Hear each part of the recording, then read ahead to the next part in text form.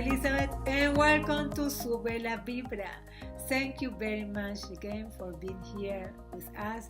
Little by little, the community is growing, and I really want to thank you for this opportunity that you give to me to bring you a different point of view of different spiritual leaders. So today, there is not a section. Today we have David Karchere. David, I found him when I went Sunday to a community in Sunrise Ranch in Colorado, and he impressed me when he spoke about the power of the word and about emotion, how we speak, and this really resonated with me totally. And then when I met the people in the community, it was amazing. People with an open heart, connecting with you, it was really, really powerful interaction. And then he gave me the opportunity to interview him, so I hope you enjoy this interview and that every day we can learn something more about us, about the power that we have, what we can do with our life in the life of others. Thank you very much. Welcome to Sube la Vibra, David Karchere. David, thank you very much for being here with us in Sube la Vibra. It's a pleasure to have you here. Thank you. Such a pleasure to be with you, Elizabeth, and to be with your audience. Thank you so much.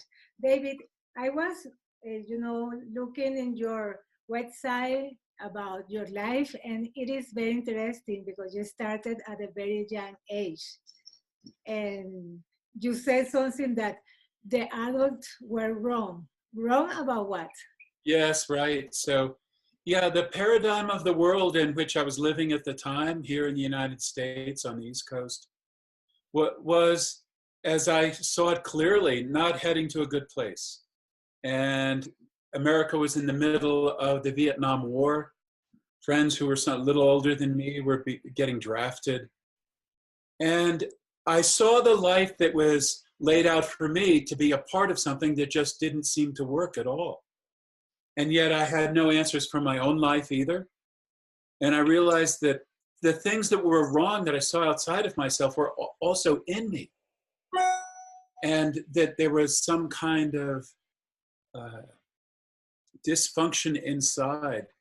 And I knew that I wasn't being true to my own deepest heart, my own deepest reality. And I didn't even know what that was. So that was the position I was in. And I was desperately looking for an answer. And then I found somebody who told me that the answer to what was wrong with the world was the same answer to the question of what was wrong with me. And that the answer was from inside. That there's a life force, and there's a power and a creativity. There's a wisdom that we can access. And then we can express and embody it in our lives. And that's what the world is missing. That's what the world needs. And that's what you and I need for our own life, to find that creative source and then to give it committed expression and embodiment in the world.